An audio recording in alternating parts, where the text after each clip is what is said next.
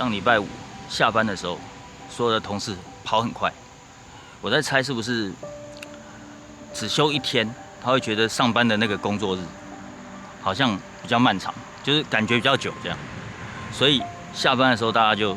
急着走，就是补班的那个礼拜只有一天嘛，但是在另外一个礼拜可以2天的那个周末，就会赶着下班，急着要回家。所以这个我觉得应该就是补偿效果，补偿效果。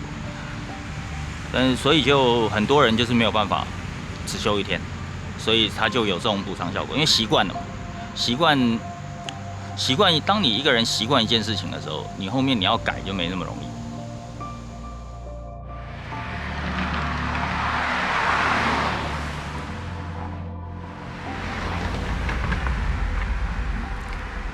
男人在人生中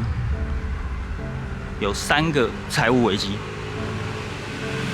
第一个财务危机就是婚姻，第2个财务危机就是创业失败，第3个就是中年失业。这3个你避开，基本上你日子要过得惨的机会就会大幅减少。怎么说呢？就是婚姻怎么说？婚姻不管你是进入还是离开，都要花一大笔钱。当你进入的时候，有些婚礼就花100万，婚礼要不要100万？要，因为有一些做很大，100万，在5星级饭店办呢，请婚社啊，然后什么婚礼顾问啊什么，然后一桌好几万，对，他搞不好办个20桌，对。然后你再加上一些，如果说有一些要海岛婚礼的更贵，对，那如果说他再加房子，基本上你再怎么省，就算你用登记，再怎么省，你房子的装潢总要钱，对，房子装潢要钱，然后买家具啊那些，所以你很难那个结婚不用钱，大部分就是婚礼就花100，对，婚礼啊，结婚整个婚姻，然后你再加上蜜月，很难算。然后你蜜月一定会那个维持婚姻吗？不一定，有些就是还是离婚了，那笔钱就亏了。那离婚，你的另一半配偶要跟你拿钱，所以你等于是你结婚又离婚，你就所剩无几，你什么钱都没有。所以才说是风险，对，不管结婚还是离婚，风险都很高。那第2是创业失败，那创业失败看你怎么创业，通常是拿一笔所有的钱全押，拿一笔钱出来，然后后面几年内做不起来，不是就没了？有些人就收手，他就去上班，那就可以。